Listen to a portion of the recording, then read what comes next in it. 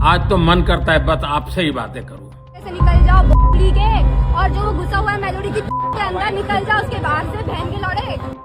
कुछ शरारती बच्चों ने भद्दी भद्दी गालियां बोली। मोदी तल्ले भोसड़ी नाली के तू साले नाड़ी। किसी भी सभ्य समाज को शोभा न दे ऐसे शब्दों का प्रयोग किया गया। मुझे तो गालियां दी गई, मेरी स्वर्गीय माता को भी गालियां दी। এবার পথভ্রষ্টদের সঠিক পথ দেখাতে চাইলেন ভারতের প্রধানমন্ত্রী নরেন্দ্র মোদী। কঠোর প্রতিবাদের মুখে নরম হতে বাধ্য হলেন তিনি। যন্ত্রমন্ত্রে আন্দোলনকারীদের গালাগালি ও ব্যক্তিগত আক্রমণের অভিযোগের পর পাল্টা কঠোর বার্তা নয়, বরং ক্ষমা আর সংযমের আহ্বান জানালেন ভারতের প্রধানমন্ত্রী নরেন্দ্র মোদী। বললেন, শাস্তি দিয়ে নয়, পথভ্রষ্ট শিক্ষার্থীদের বুকে টেনে নিয়ে সঠিক পথ দেখাতে হবে।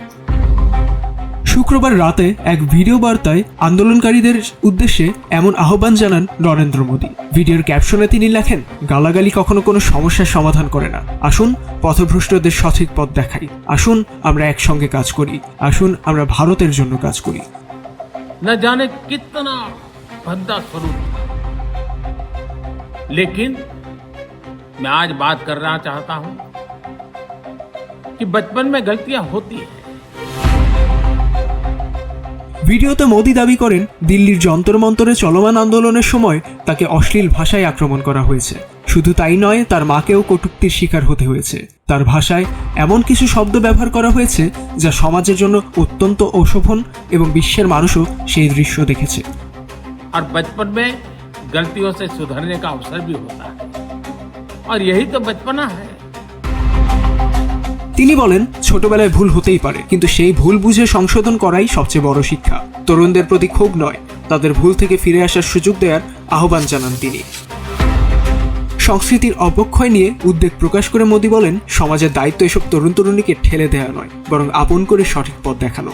তবে মোদী জানান, তিনি ক্ষমা করতে চান। নিজের বক্তব্যের শেষ দিকে একটি উপমাও টেনে মোদী বলেন, কখনো কখনো দাঁতের নিচে জিভ চলে আসে, রক্তও পড়ে, কিন্তু আমরা দাঁত ভেঙে ফেলি না, কারণ দাঁত আর জিভ দুটোই আমাদের। এই বাচ্চারাও আমাদের। कभी कभी दांतों तले हमारी जीभ आ जाती है, खून निकल आता है, लेकिन हम दांत तोड़ते नहीं है, क्योंकि दांत भी हमारे हैं, जीभ भी हमारी है, बच्चे भी हमारे हैं। মোদীর এই ভিডিও বার্তা প্রকাশের পর সামাজিক যোগাযোগ মাধ্যমে শুরু হয়েছে ব্যাপক আলোচনা। কেউ এটিকে সহনশীলতার বার্তা হিসেবে দেখছেন, আবার সমালোচকদের একাংশ এর রাজনৈতিক তাৎপর্য নিয়েও প্রশ্ন তুলছেন।